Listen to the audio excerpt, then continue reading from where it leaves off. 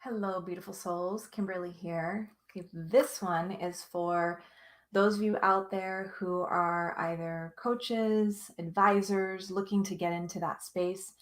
Donna and I actually just wrapped up our Zoom meeting for this week's Wellness Advisor or our Wellness Advisor certification, this week's meeting of it. And I was hoping we might have time to cover something that came up last week in last week's meeting, and that was the topic of overwhelm.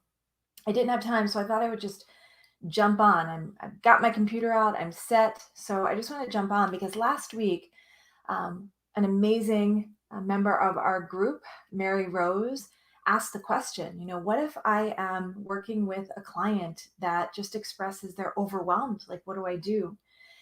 And we didn't delve deeply into it at the time. We were at the end of our call, and I was feeling a little under the weather last week. And so I really felt like I owed it to Mary Rose, and then also the amazing Renee. Renee, you jumped in and attempted to take the conversation a bit deeper, which it deserved. And I really felt that weighing on my heart after the call, that we didn't dive really deep enough to get answers.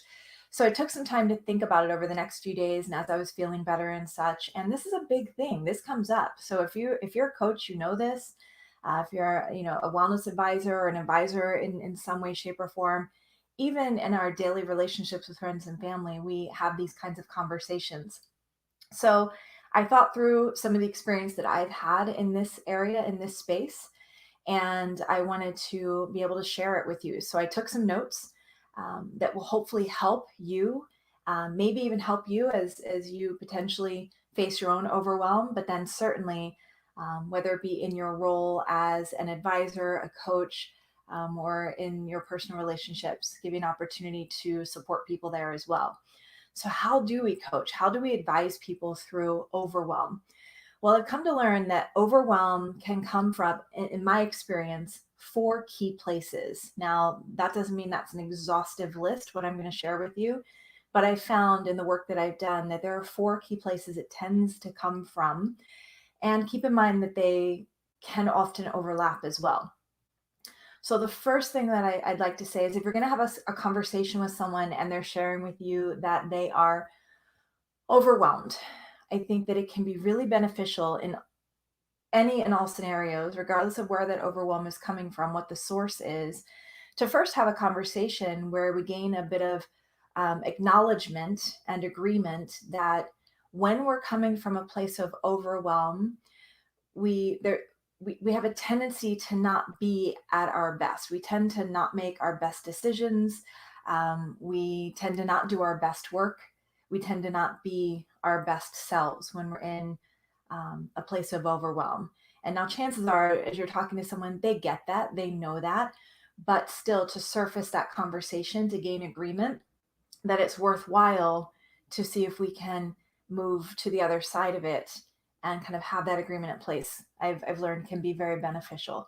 So just that conversation, and it just tends to kind of open them up because they're recognizing that the coming from this place is not serving me and it's not serving anyone around me.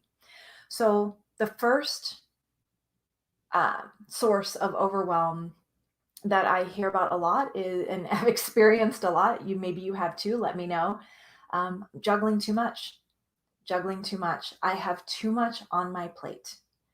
So when someone comes to you, maybe a client or someone you have a relationship with comes to you and says, you know what, I'm so overwhelmed, I have too much on my plate. Then first and foremost, because what's on their plate could be coming from a number of different directions. And so I like to first talk about the importance of having balance in life. And balance doesn't necessarily happen perfectly day to day. Some days we need to lean more toward work, and some days we need to lean more toward taking care of the kids or lean more toward relationships. So there's not a fully balanced day, perhaps, but over the course of time, balance to me just means that you're aligned with your priorities. So talking about the importance of being aligned with our priorities, finding balance with that, and then also the importance of healthy boundaries, and kind of also getting an agreement around the fact that healthy boundaries are really important. And then because they're coming from that place of I'm juggling too much, I have too much on my to-do list, too much to do, take out pen and paper, or if they prefer to do it on a computer, have them do a brain dump. Have them put everything on paper or on the screen, whatever works best for them. Get everything out of their head and in front of them. One of two things is going to happen. One, as they make the list, and we're like, okay, oh, maybe not as much as I was feeling when I had my emotions kind of balled up in it. Or, holy crap, that's a lot. Okay. Generally it's one of the two. Either way, you've got it all in front of you now. So now it's time to prioritize. And you could have conversations around, what's most important to you, or it can be a conversation around what just needs to be done, what needs to take precedent, what needs to happen by a certain day and time. So you can kind of prioritize based on level of importance, level of urgency, when something needs to be done by. So if on the list is I need to pick my son up at school at 2:35, well, that's not something I can shift around. Like that has to happen at 2:35. So I've got to work that in to my list of to-dos, right? So you prioritize, chunk it down if need be, chunk down, sparse it out. I don't know if that's a great way to say it. Parse it out, sparse it out, parse it out. But if there are bigger projects, kind of chunking them down into what feels like more doable tasks. And then based on importance, urgency, timing, also look through that brain dump that you've now kind of prioritized and look through to see what can you delegate, what could you ask someone else to do, or what could you at least ask for some support in doing, ask for help with. Is there anything that you've dumped when you did your brain dump? Is there anything that could be deleted? Is there anything that really isn't a have to do? And then is there anything that could be, let's say if you're looking at just a brain dump for what I need to get done just today, or looking at what I need to get done this week, as you have things mapped out with your priorities and level of urgency, is there anything that could be delayed so it doesn't feel like it's so heavily weighing on you right now? So what could be delegated, or what could you ask for support on? What could be deleted? What could be taken off the list? And then, what could be delayed? And if part of this is one I've certainly learned, if part of that feeling like I've got to juggle everything is also part of needing to feel like you are there for everyone and everyone's kind of expecting you to be there for them because it's what you've always done, then the conversation goes back to healthy boundaries and being able to set healthy boundaries, knowing that no is not a bad word. It's actually a very empowering, strong, healthy word that ultimately will improve a relationship when approached properly. So healthy boundaries. So that's what I kind of jotted down as far as juggling too much. Another source for overwhelm. The vision I have for my work, my business, my life, the vision's too big. Like it feels like it's so much, I don't know where to start. Okay. So whether it is, I want to lose 20 pounds, or I want to start an online business, or I want to plan a trip to Hawaii, like whatever that vision is, like it feels too big and I don't know where to start. I'm overwhelmed because I just don't know where to start. First thing I want to suggest you do here, because now we're talking vision, have a conversation around their why. Bring to the forefront, okay, if this is something that you want, let's talk about why you want it. Let's get to a good feeling place of why it is that you want this vision, why it is you want to lose the pounds or start the business or have that dream vacation in Hawaii, whatever the case may be. And bring emotion into it. Bring the good feeling emotion that gets wrapped around when we're thinking of our vision. This is what I want and why I want it. Sometimes we get so caught up in the how that we completely lose track of why we wanted it in the first place. And when we can keep why on the forefront, I mean, there's that quote, I'm forgetting now, I'm blanking on who said it, but a man who has a why can withstand any how. I think that applies to visions, to dreams as well. If you've got a strong why for what it is that you want, then you can find the patience, the strength, the perseverance to figure out the how. So focus on the why, and then shift focus to a few of the key steps. Like, okay, if what you want is to start an online business, what are the couple of things that you know you need to get done? A few things you know need to happen in order to make that become a reality. And for that person, maybe it's, well, I really want to do it through an LLC. So I've got to start an LLC. I've got to create a website, and I've got to start a Facebook page or group or something. Okay, these are all, pretty big projects. So then, once again, chunking down. Okay, well, what are the steps to make this happen? What are the steps to make this happen? What are the steps to make this happen? And kind of getting it from this 100,000-foot view that can be very overwhelming because there's a lot that needs to happen, to now bringing it into the steps. Okay, if I can take some steps in this direction, I'm on my path, I'm making progress. And at the end of the day, we can feel pretty darn good about ourselves if we're making progress. Okay, so then in that conversation, once you kind of you wrapped around the why and talked about some key things that need to happen, chunked it down into some doable steps, then a conversation around, okay, over the course of the next few days, next week, what feels doable? Because too often, because it feels so big and there's so much to do and we don't know where to start, we do what? We do nothing. We do nothing. And now we're not making progress. But if we can chunk it down and create some doable action steps that, based on whatever they've got going on in their schedule, they know they can commit to getting done. Well, you know what? It may not be this overnight, okay, it's done, but at least they're moving. At least they're taking steps in the right direction. And I will tell you that once you commit to yourself to taking small steps, to taking action, that starts to create momentum. And when you keep your commitments to yourself, and you can share this with your clients, this may seem like small steps, but as you commit to doing these steps and then you follow through, like just, starting the Facebook page, not posting anything, just starting the Facebook page, putting a name and a thumbnail photo or a cover photo, whatever, just that much. That's one step. Making that commitment and following that commitment, it increases trust within yourself and creates a sensation of, okay, I'm making forward progress. Forward progress creates momentum, positive momentum, and then you just take the next logical step and the next logical step, and before you know it, you're making progress on your path that you can be really proud about. So that's what the vision feels too big. Third one, this one does come up from time to time for those of you out there who are, coaching, advising, and that is, there's too much to get past.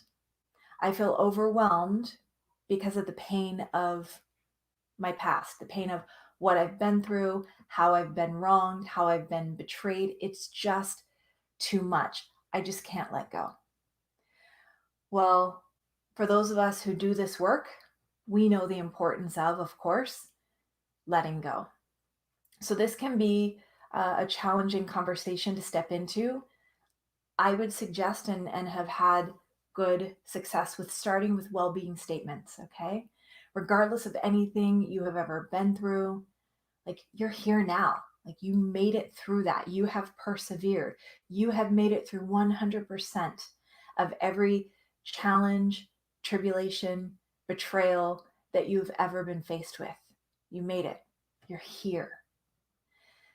Now, can we take our focus forward looking? Because, and I shared this with our wellness advisor group, I think last week, to ensure your happiness moving forward and to ensure your future happiness, you're going to have to give up all hopes of a better past. I heard that from one of my favorite teachers, Dr. Robert Holden. To ensure a happier future, you're going to have to give up all hopes of a better past. Now, when you're having this conversation, it can also help to focus on why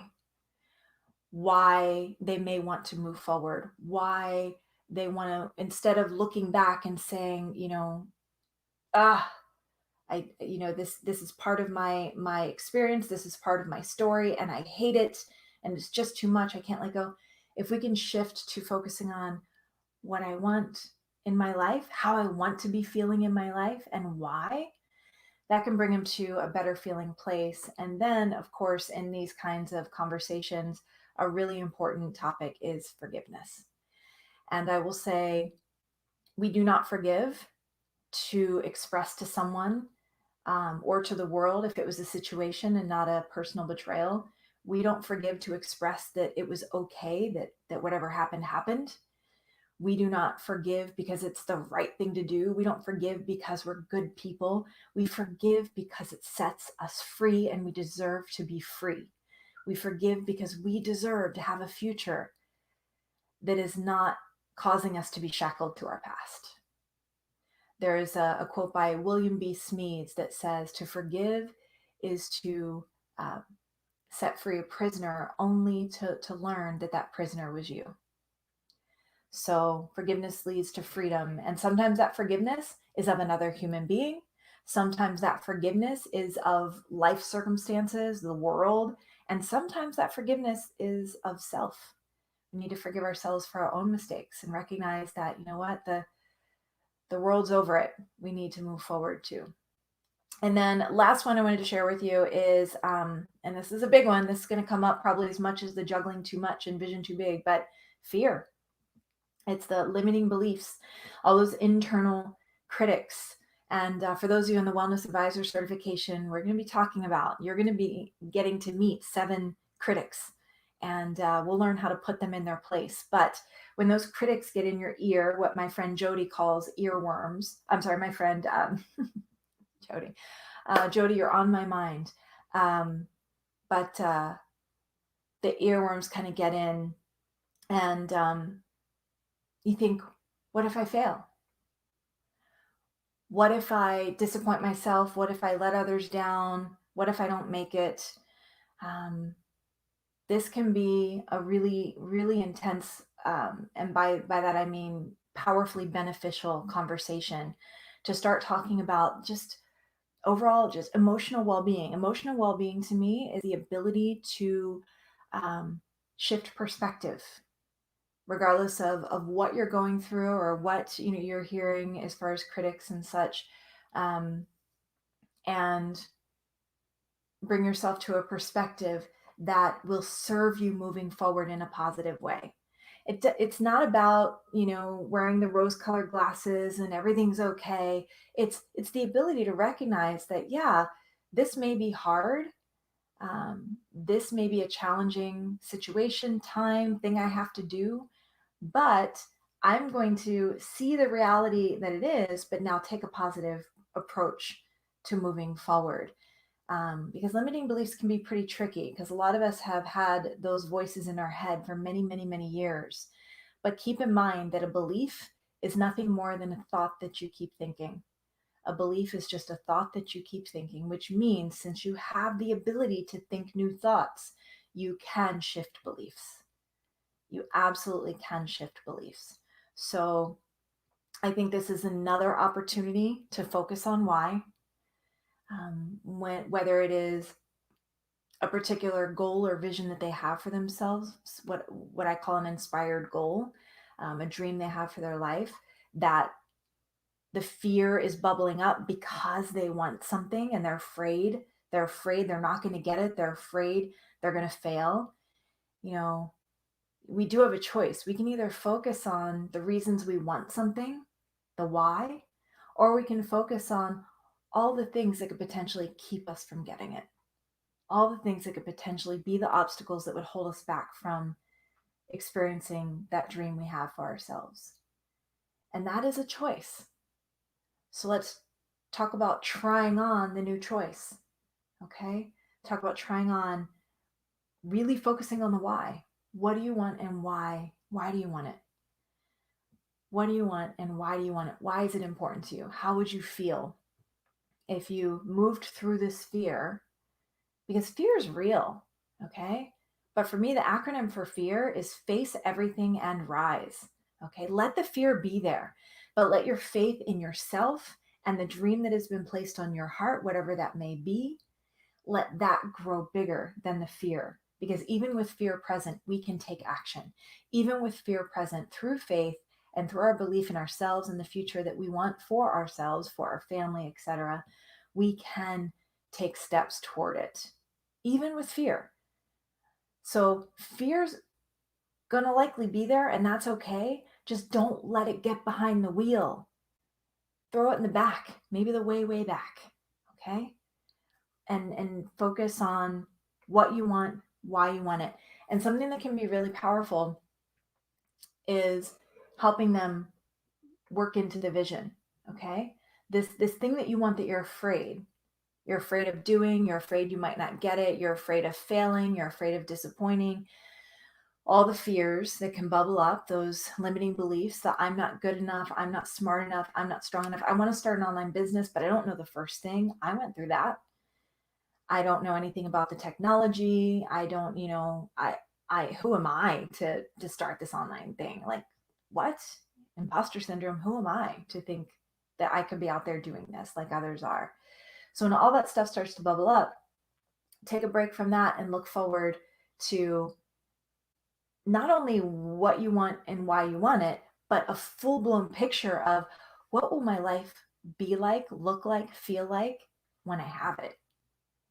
What will my life look like? And really transport yourself. This does things for our psyche, and it turns on parts of our brain that need to be activated to assist us in moving toward our vision.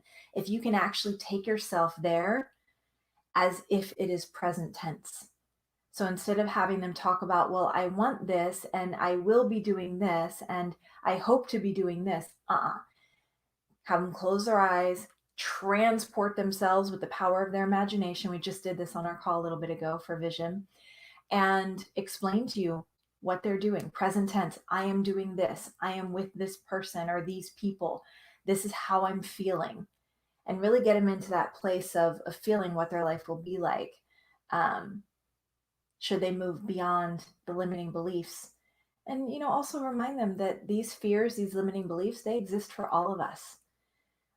You could also help them work through limiting beliefs by dispelling them. That can be a really powerful process to have them kind of reach into their memory banks to think of other experiences they've had that they've either conquered, gotten to the other side of, come out ahead on, that were similar or required similar traits, characteristics, or skills, and basically have them dispel their own myth. So if they're thinking, for me, I was thinking, I don't know how to be an online business owner. And I was able to kind of work myself through, wait a minute, I basically ran a business for the corporation I worked with for so long, for a decade. Like, I know what return on investment is. I know what a P&L is. Like, I can figure this out. And that's the big thing I want to land on for the fear, the limiting beliefs. As Marie Forleo says, everything is figure outable. So don't lose hope, stay the course. And the big thing that I want to finish this up with, regardless of what the source of the overwhelm is, prep them for being able to handle these feelings as they come up when they're not with you, when they're not able to pick up the phone and call you, when they're not maybe sitting with you as their coach, their confidant, their advisor, their guide, their friend, whatever the case may be. When they start feeling these feelings bubble up, and this goes for you too if you're ever feeling that sense of overwhelm, and we all feel it, the anxiety that comes with that, it doesn't feel good. First is to pause. To take a pause. Pausing is always a good first step, regardless of where the feelings of overwhelm are coming from. Always pause when you're starting to feel the anxiety that comes with overwhelm, because guess what? You can't get away from overwhelm from being in a place of overwhelm.